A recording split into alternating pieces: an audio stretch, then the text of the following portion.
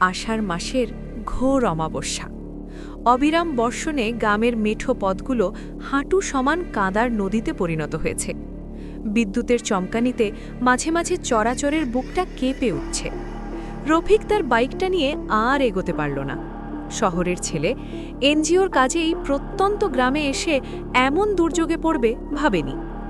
দূরে একটা টিমটিমে আলো দেখে সেদিকেই পা বাড়ালো।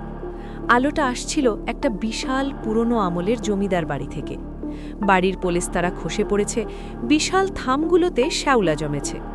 দেখলে মনে হয় যেন কালের সাক্ষী হয়ে দাঁড়িয়ে আছে এক প্রাগৈতিহাসিক কঙ্কাল।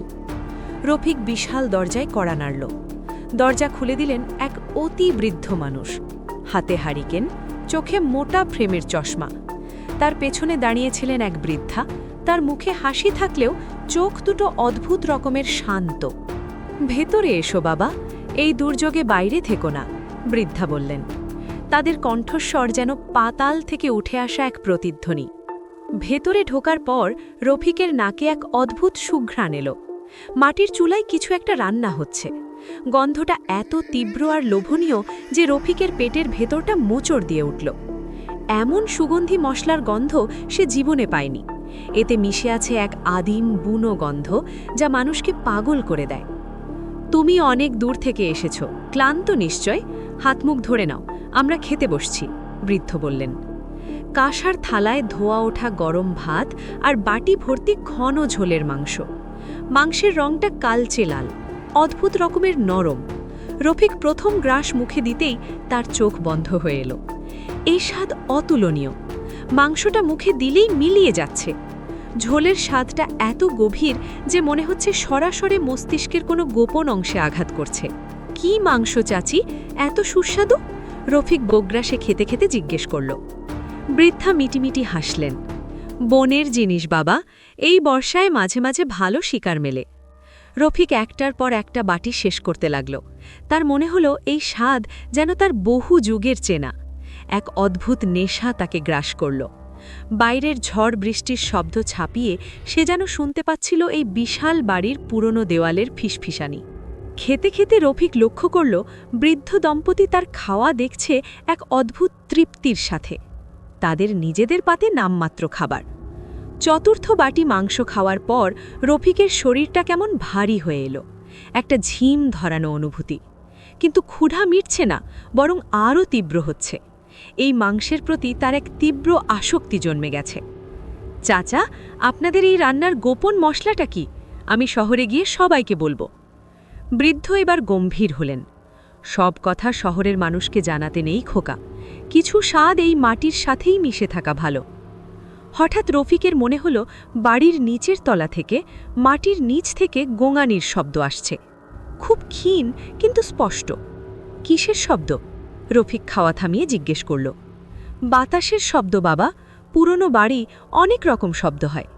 বৃদ্ধার গলাটা এবার একটু অন্য রকম শোনাল। রফিকের মনের ভেতর একটা সন্দেহ দানা বাঁধল। এই মাংসের গঠন, হাড়ির টুকরোগুলো, এগুলো যেন খাসি বা হরিণের মতো নয়। সে উঠে দাঁড়াল।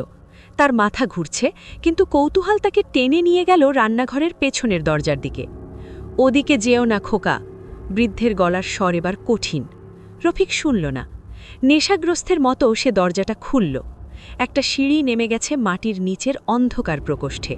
সেখান থেকেই আসছে এক ভ্যাপসা গন্ধ, রক্ত আর স্যাঁতস্যাঁতে মাটির গন্ধ। সে মোবাইলের টর্চ জ্বালিয়ে নিচে নামল।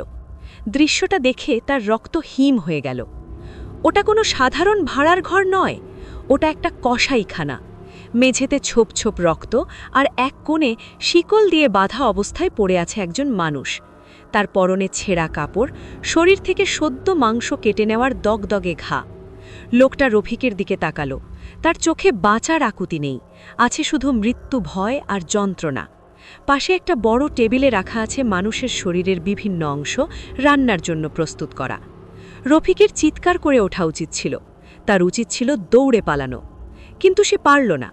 তার পেটের ভেতরের সেই আদিম ক্ষুধা আবার মাথাচাড়া দিয়ে উঠল। ওপর থেকে ভেসে আসা সেই সুস্বাদু মাংসের ঘ্রাণ তার সমস্ত সত্তাকে আচ্ছন্ন করে ফেলল। সে বুঝতে পারল সে যে মাংস খেয়েছে তা এই অভাগা মানুষটিরই অংশ।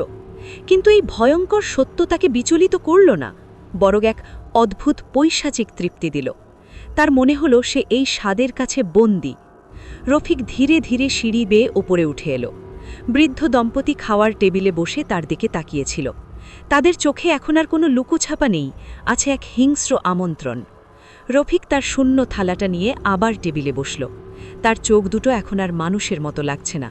সে শান্ত গলায় বলল, চাচি, ঝোলে ঝালটা একটু কম হয়েছে, আর একটু দিলে ভালো হতো। বৃদ্ধা হাসলেন। সেই হাসি যেন 100 বছরের অভিশাপের মতো শোনাল। অবশ্যই বাবা, আমাদের গোত্রের খিদে কি আর সহজে মেটে?